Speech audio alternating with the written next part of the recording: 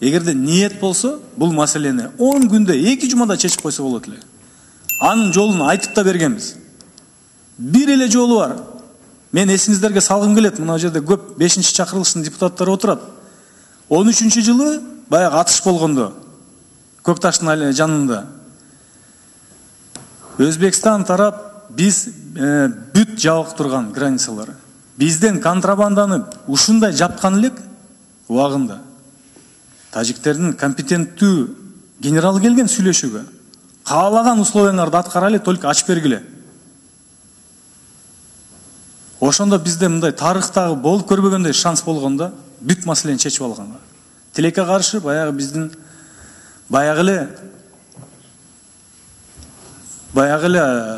биздин аткаминерлердин тиештүү баягы дарттар ойноп кетип, контрабандисттер үстөмдүк болуп кеткен. Бүгүнкү күндө деле кеч эмес.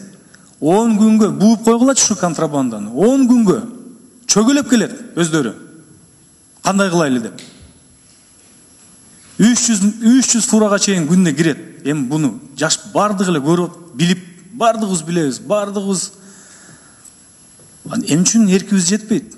Эрк болсо, неужели ошону токтотуп койсо болбойт? Эмне деген службаларыбыз бар, күч органдарынын.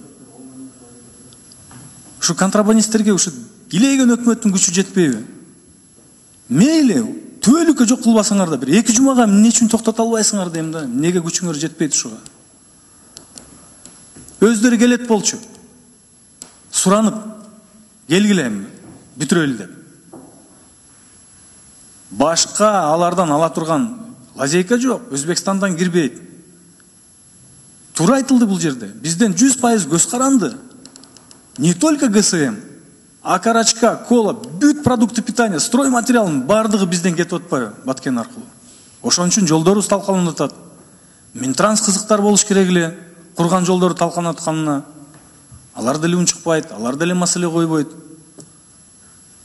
Всех все устраивает да. Бизге эң керектүү нерсе бул Аксай тамдык жолу менен Аксай Рабатты бүтүрүшүбүз керек. Бул маселе мындай илинип калбаш керек да. Азыр мына эң ар бир саат алтынга тете.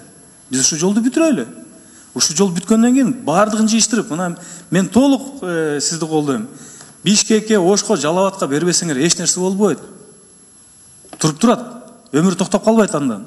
Бирок ушул аталган 2 жолго акчаны бербесеңер силер улуттук кызыкчылыкты садага чаап атпайбызбы?